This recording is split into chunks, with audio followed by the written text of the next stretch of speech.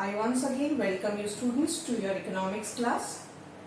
So we were dealing with the chapter Economic Reform since 1991, and we are now going to deal with the last topic related to the chapter, that is outsourcing.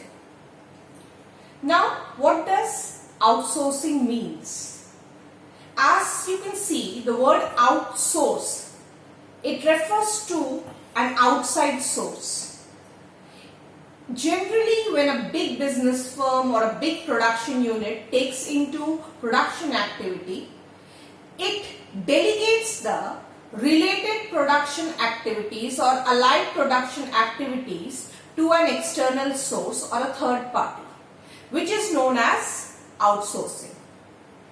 Generally, these related production activities, which are not the main core production activities related to the production of the commodity, are like advertising, promotion, packaging, customer care services, etc., etc.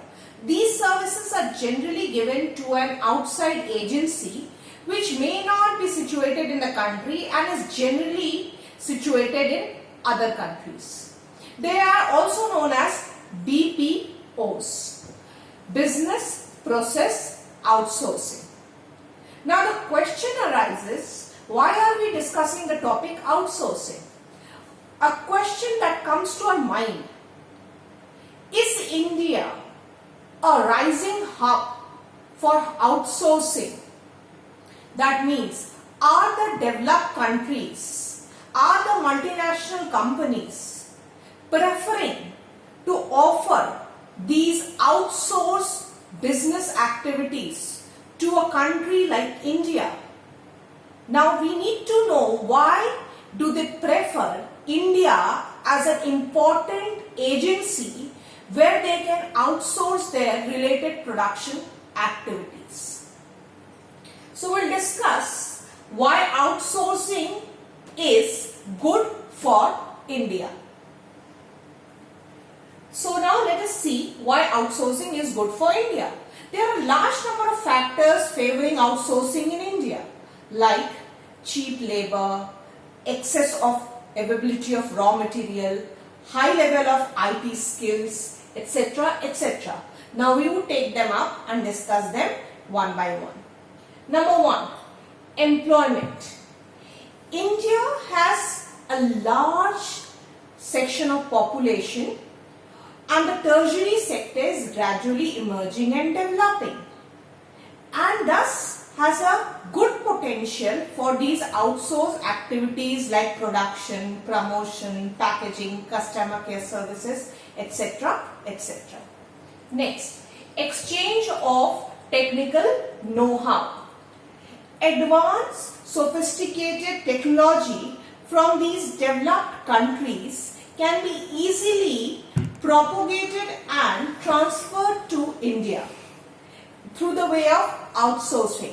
As we cannot invest a huge amount in research and development of these IT technologies, these technologies can be learned and developed in the country by outsourcing them, by encouraging outsourcing activities, and thereby borrowing them from the developed countries which they are at present using.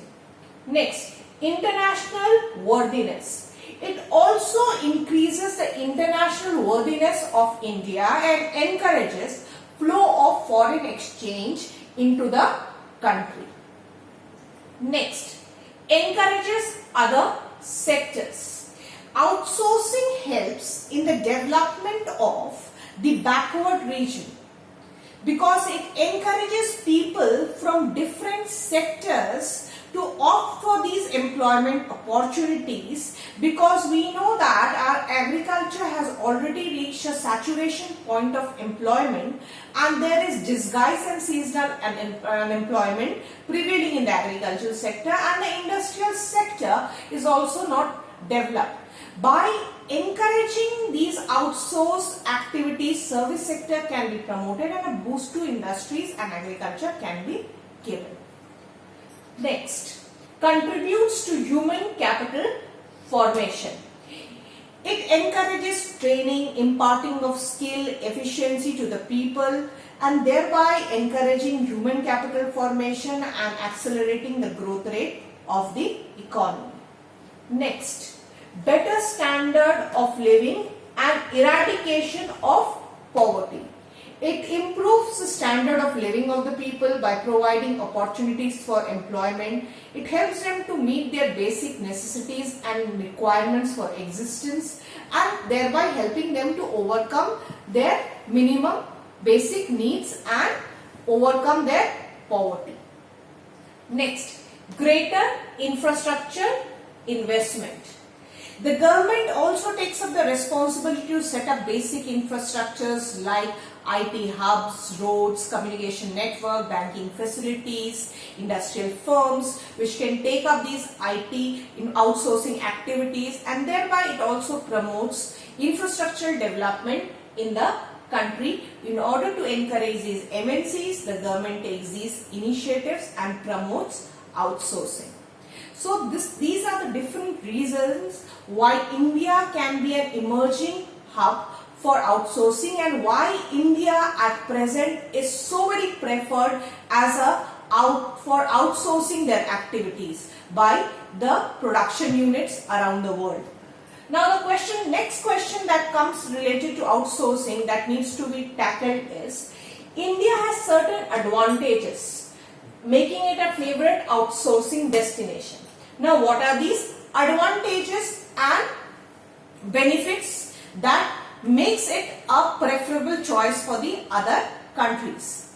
These were the reasons which I have discussed earlier why India wants to become a center for taking outsourced activities. What are the points in favor of India to develop it as an emerging outsource partner?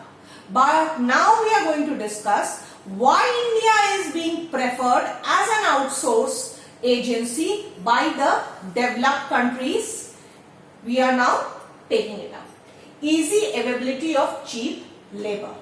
Labor, as we know, is very, very cheap. So when these allied production activities are outsourced to a country like India, like packaging, customer care services, advertisement, promotion, sales services, the cost of producing the commodity is lowered because labor cost is cheaper, and cost competition encourages them to opt for countries like India where labor is cheap. Reasonable degree of skill. Indians are fairly equipped in terms of IT skills, technical know-how, and thus they can easily take up these activities as they are already focusing, the government also encourages human capital formation, imparting skill and training in order to create employment opportunities. These favors India as people are much open and equipped with the modern skills and efficiencies. Next, international worthiness. The credibility of India. India has a good market hold. India is an emerging business. It has emerged as an emerging business option for the third world, other countries of the world, amongst the third world country. So India is generally gaining its international worthiness and is usually preferred by these developed countries as a hub for their outsourced activities. Next, virgin market. India has a vast population, and thus it can also provide a large section of consumers who can buy the goods and commodities being sold by these outside production units and MNCs. Therefore, in order to establish their hold on these markets which are still not captured, these countries prefer to expand their market horizons in countries like India. Next, stable political environment. One favorable factor needed for conducting any business activity is stable political condition. The law and order should be stable. There should not be disturbance. to run any business or trade activity. Stable political conditions in our country also encourages as a favorite destination for outsourcing.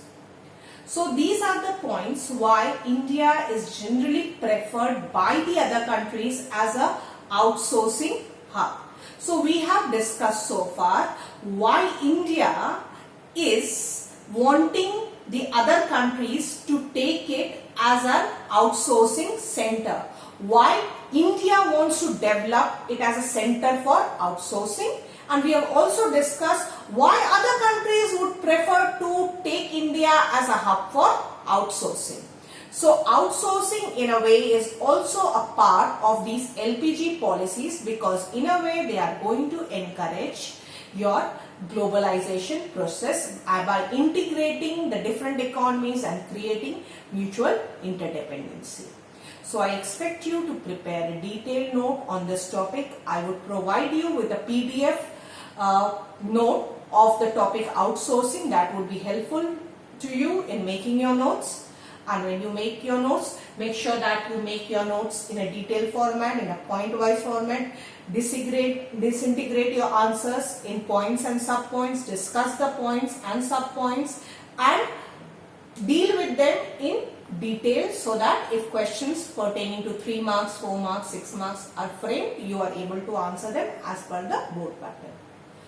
So far, please take care, stay at home and stay in tune with your studies. Thank you.